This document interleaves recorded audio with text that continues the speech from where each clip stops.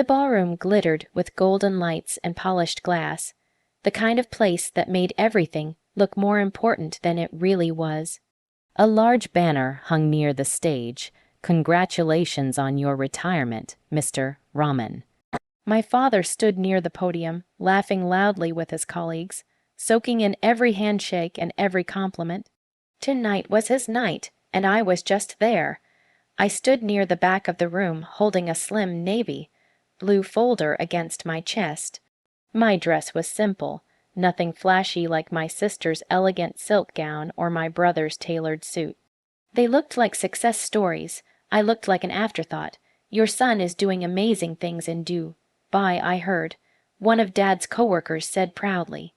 My father beamed. "Yes, Ahmed just closed another international deal last month. We're very proud. And your daughter, the doctor?" someone else asked. Mom jumped in quickly. "Sarah is finishing her specialization, always top of her class." Their voices carried pride so thick it almost sparkled in the air. Then came the question, "And what about your other daughter?" There it was, the pause, the hesitation. The way people struggled to remember my name. Mom gave a small laugh, waving her hand dismissively. "Oh, she's not worth mentioning. She just works quietly somewhere." The words landed like cold water down my spine. Not worth mentioning. I felt heat crawl up my neck, but I kept my face calm. Years of practice had made me good at that. I had mastered the art of shrinking myself, of becoming invisible before anyone could push me aside. Dad didn't correct her. He didn't even look in my direction. I tightened my grip on the folder. Inside it were documents I had debated bringing tonight. Contracts, reports, a letter addressed to Dad from someone very important. I had planned to give it to him privately, as a surprise, something that would finally make him see me. But standing there, listening to my own mother erase me in front of a room full of strangers, something inside me shifted. It wasn't anger, it was clarity. I remembered being 16, overhearing Dad say, "She's not ambitious like the others." I remembered working part-time through university while my brother's tuition was fully paid. I remembered sending money home quietly when Sarah needed exam fees. No one mentioned that either, because I did everything quietly. That had always been my role, the dependable one, the silent supporter, the daughter who didn't demand attention. A waiter passed by offering drinks. I shook my head. Across the room, Dad's boss, Mr. Khalid, arrived. The atmosphere subtly changed when he entered. Conversations straightened, smiles widened, respect followed him like a shadow. He was known for being sharp, someone who noticed details others ignored. His eyes scanned the room briefly. And then they stopped on me. He gave a small nod of recognition. My heart skipped. No one else noticed. Mom was still speaking animatedly to a group of guests. "Yes, our eldest is truly exceptional. We're blessed. Blessed." I wondered if blessings came with conditions. The program began shortly after. Speeches, applause, a short video montage of Dad's 35 years at the company. People laughed at old photos. Dad wiped a tear dramatically from his eye. I clapped politely with everyone else. All the while, the folder in my hands felt heavier. At one point, Mom passed by me and whispered, "Don't just stand there awkwardly, at least smile." I gave her a small smile. Invisible daughters don't make scenes, but tonight, something felt different. There was an undercurrent in the room I couldn't quite explain. Mr. Khalid was speaking quietly with the event coordinator, holding a stack of documents. On top of that stack, I saw a familiar navy blue cover. My breath caught. It looked exactly like mine. No, it was mine. Somehow, my folder wasn't in my hands anymore. It was on his table. And as he walked toward the podium, adjusting his glasses and tapping the microphone, I realized something I hadn't expected. For the first time in my life, I wasn't invisible anymore. The microphone gave a soft echo as Mr. Khalid adjusted it. Conversations faded into a respectful hush. My father stood proudly beside the stage, hands folded in front of him, already preparing his humble but heroic retirement smile. I, on the other hand, could barely breathe. The navy blue folder rested on the podium, my folder. I looked down at my empty hands, my pulse racing. I hadn't dropped it. I hadn't handed it to anyone. Yet there it was, placed neatly on top of Mr. Khaled's stack of papers as if it had always belonged there. "Good evening, everyone," Mr. Khaled began, his voice calm and authoritative. "Tonight, we celebrate 35 years of dedication, leadership, and loyalty." Applause filled the room. Dad gave a modest nod, but Mr. Khaled continued, gently placing his hand on the folder.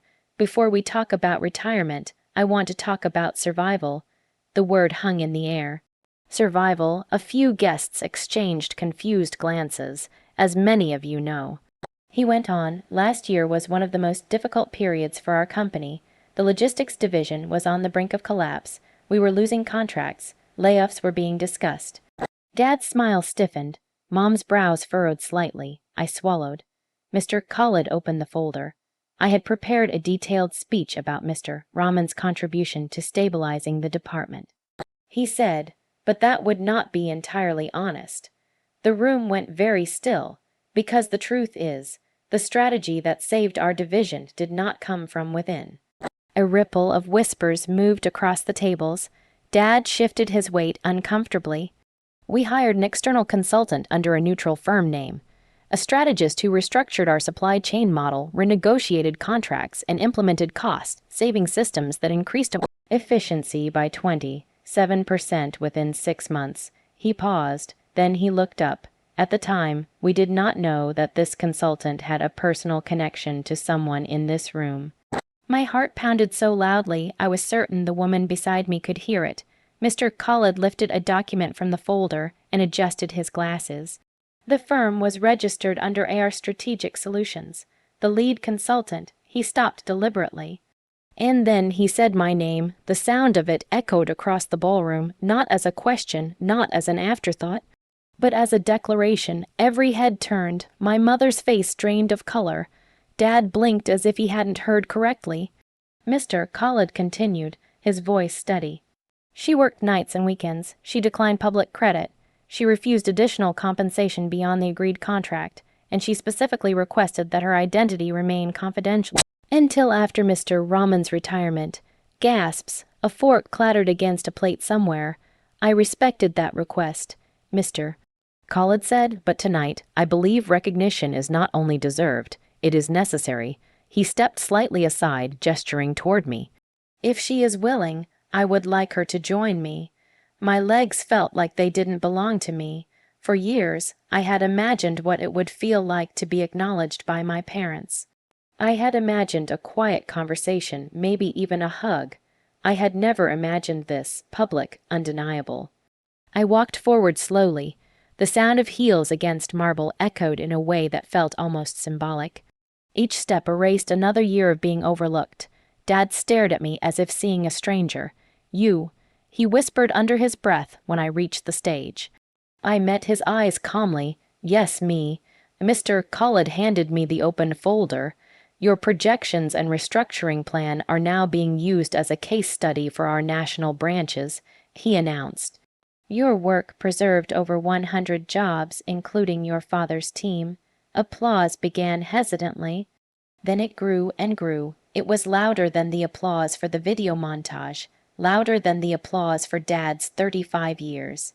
I glanced toward my mother, her earlier laughter, not worth mentioning, seemed to echo painfully in the silence between her claps. My brother stared at his drink. My sister avoided my eyes.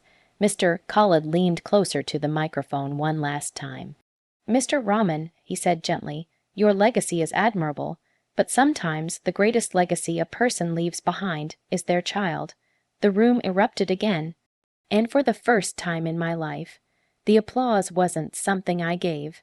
It was something I received. The applause still echoed in the grand ballroom, but my mind was elsewhere, traveling back through years of silence, neglect, and quiet resilience.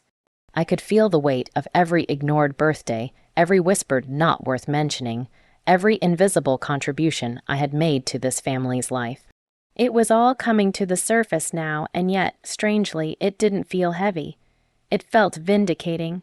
I remembered the night I had stayed up until 3 a.m, typing reports and building financial models, while my brother celebrated another corporate victory with my parents. I had sent him his congratulatory text anyway, even though no one had ever asked me about my own success. I had grown used to being the silent supporter, the girl behind the scenes. I remembered when my sister had fallen sick during her medical exams. While my parents fussed over her, I had quietly transferred the necessary funds, covered her hospital bills, and ensured she could continue without interruption. Not a single word of acknowledgement, not a single thank you, and yet I had smiled. I had learned to keep my achievements small, to keep my existence unremarkable in the eyes of my family, because I had believed, no, I had known, that my worth was measured by their approval. But tonight was different. As I stood beside Mr. Khalid, holding the very folder that had silently chronicled my work and my sacrifices, I realized that their opinion no longer mattered.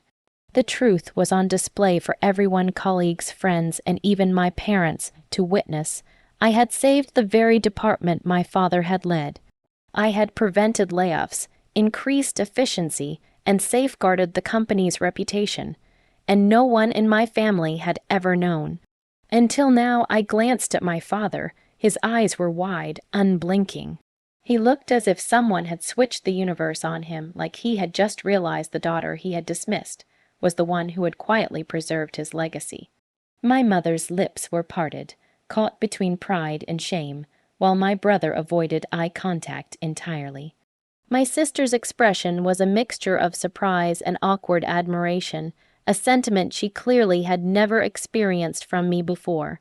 The room buzzed with conversations as the executives and guests whispered about my work, my strategy, and my quiet brilliance. Business cards were exchanged, recommendations were offered. People were genuinely impressed, not out of obligation, but because the truth demanded respect. And then it hit me, all those years of being overlooked, of being told I was invisible, of being pushed to the background, had prepared me for this moment. I had built strength, patience, and resilience in silence. I had learned to stand tall without validation, to work without applause, to love without recognition. And now, for the first time, the world, and even my father's colleagues, saw the real me. I opened the folder for Mr. Khalid to review once more, flipping through the charts, reports, and confidential letters. Every page told a story of dedication, brilliance, and quiet determination.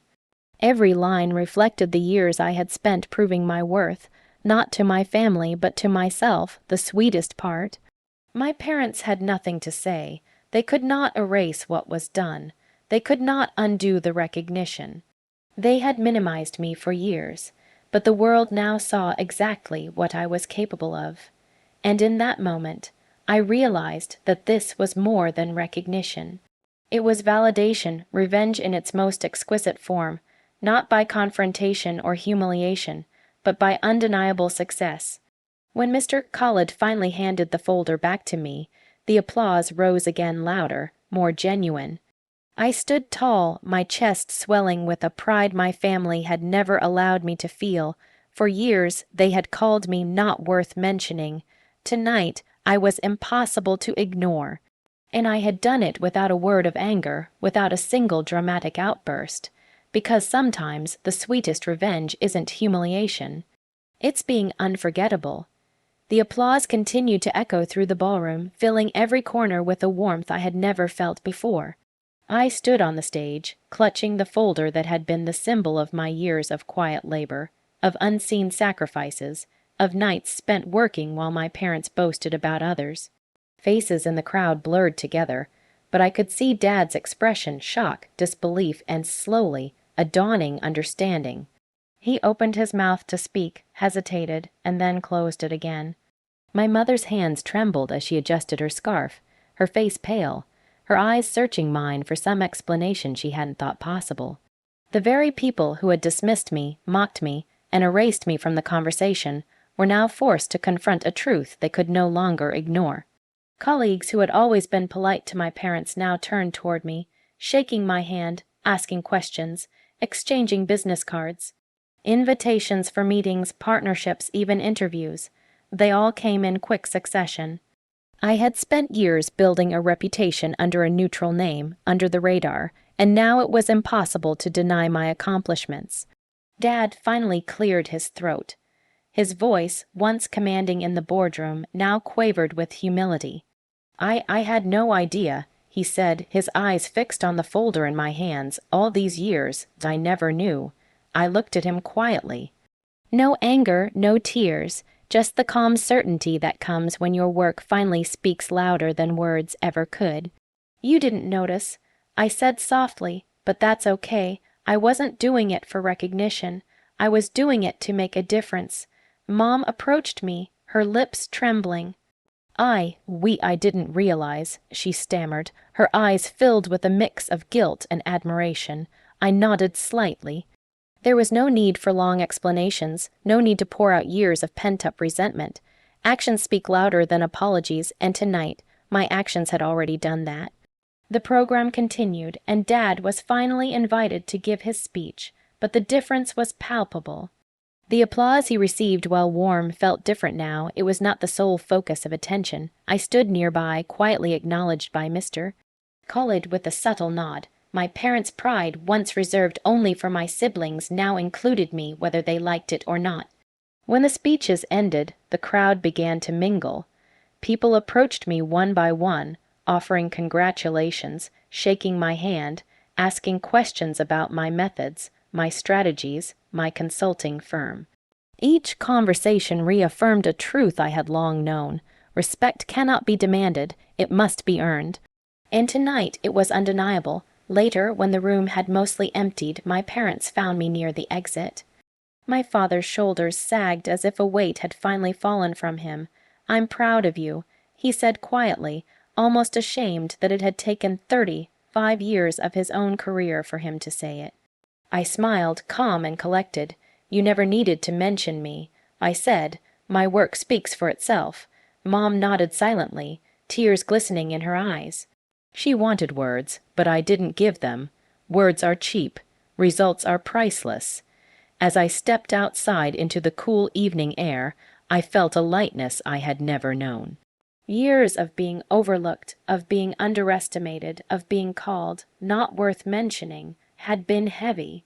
But that weight had been lifted, not through confrontation or revenge in the traditional sense, but through the undeniable proof of my worth.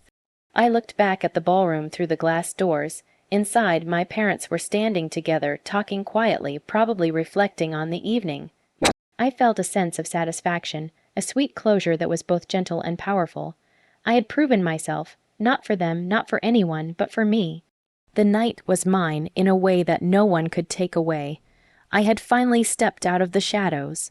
And in that moment, the sweetest applause wasn't from the crowd. It was from the quiet voice inside me that had always known my value. Tonight I was not invisible. I was seen. I was respected.